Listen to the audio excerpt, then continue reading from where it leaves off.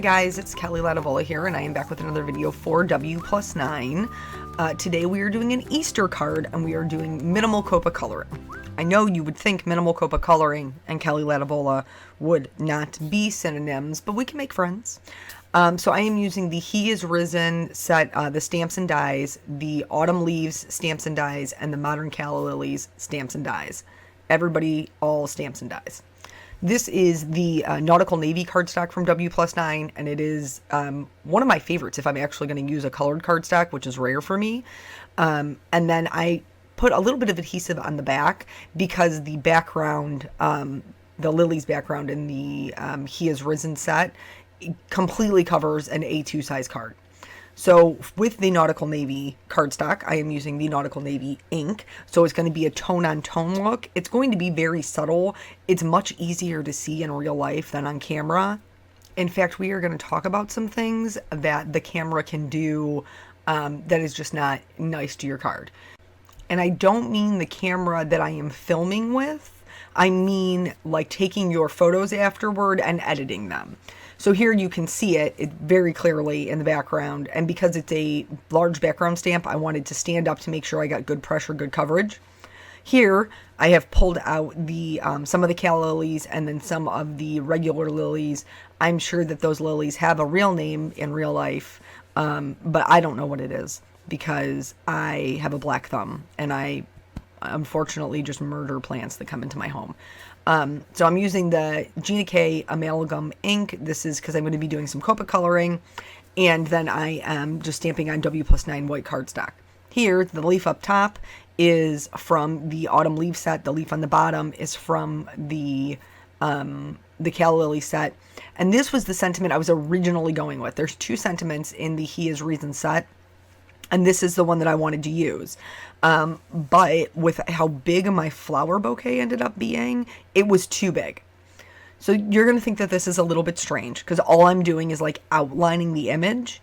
I wanted to show you this anyway because it was part of my process, but also in case you want to try this and you want to use this sentiment.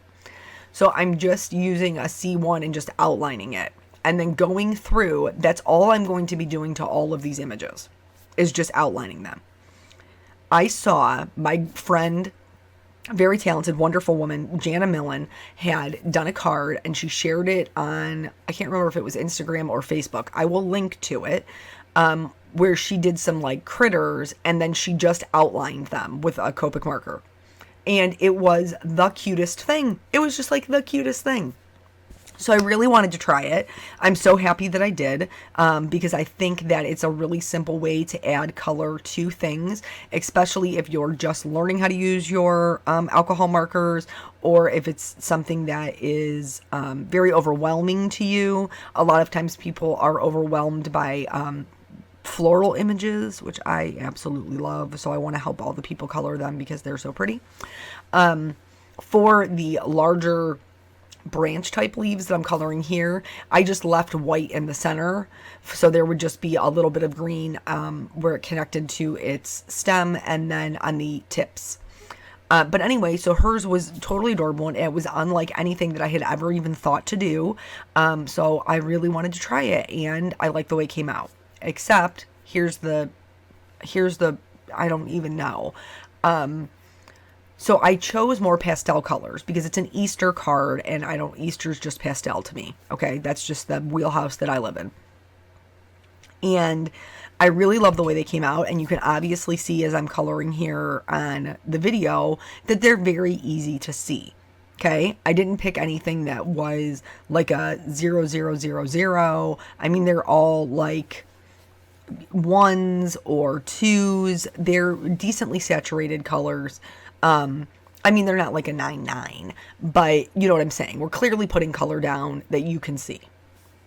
What happened was, once everything was all built and put together, when I photographed my card, because my base was so dark and my flowers were so light, it completely washed out my flowers.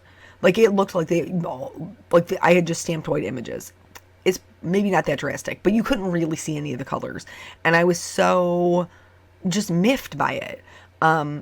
because the photos did not come out good. And obviously the like still photos is what you're really going to be looking at. And it was not an accurate representation of what the card looked like. So me and my girlfriends have talked about this before. Like there'll be times where you make a card and you love the card and then you go to photograph it and it photographs like trash.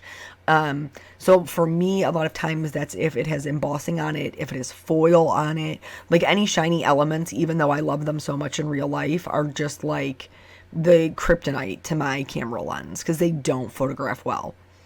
And sometimes lighter colors they just don't come out, which is a bummer.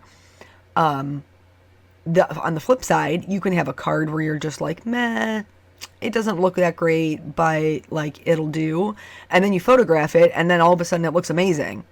Like that's the best, honestly, that's the best thing ever.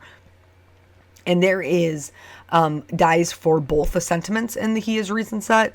And so after I die cut all of them, I started playing around with my, just with my arrangement. And I realized that my sentiment was too big. So now I have switched to the smaller sentiment, and so I'm just stamping that out, and because I don't need to do any Copic coloring on top of it, I'm using W+9 black ink. And then now you can see here, that's what the card looked like before, and now I'm just rearranging to make it work with the smaller sentiment, which I really did layout-wise like a whole lot better. It was just a whole lot better. One of the little tricks that I like to use when I have a bouquet is this Tombow Mono Multi-Glue. Tombow Mono Multi-Glue is like the most amazing thing ever. So it dries repositionable. So sometimes if I'm arranging, I put a little bit of glue on the back of them, I let them dry, and then I don't have to chase them all over. In this case, what I did was I put it down wet on the large flower, which pretty much touched everything in the background, except for this leaf in the back. And then for that, I'm going to put the glue on the back of the flower, which I thought I put some on there, and then turns out I didn't because it won't stick, and I got to do it again. Card making's fun. So I'm going to stick that in there, and then it's not like going to be permanent forever, but it will be enough to hold it together that I can pick it up all as one solid piece, and then just put glue all over the back of everything. Just everything. So if you put Tombow Mono Multi-Glue down wet, it is permanent. If you let it dry in the open air, then it is tacky and it is repositionable. It's like my go-to glue. And I didn't even really know that people didn't like liquid glue until, not this past Create, but the Create before that. We were working on cards at the Make and Takes, and I just went with the supplies that I use, which is Tombow Mono Multi-Glue. And so many people were like, oh, I don't like liquid glue. So my apologies. I think it's awesome. So here everything's put together. I'm going to put some foam on the back of my sentiment and pop that up. And then I wanted to add a little something to accent the sentiment, but I didn't want it to take away from, you know, the focal point, the flowers. So I chose some clear rhinestones, and in the photos, again, here we go with the photos, you can't even really tell that they're there. Now, in real life, you can.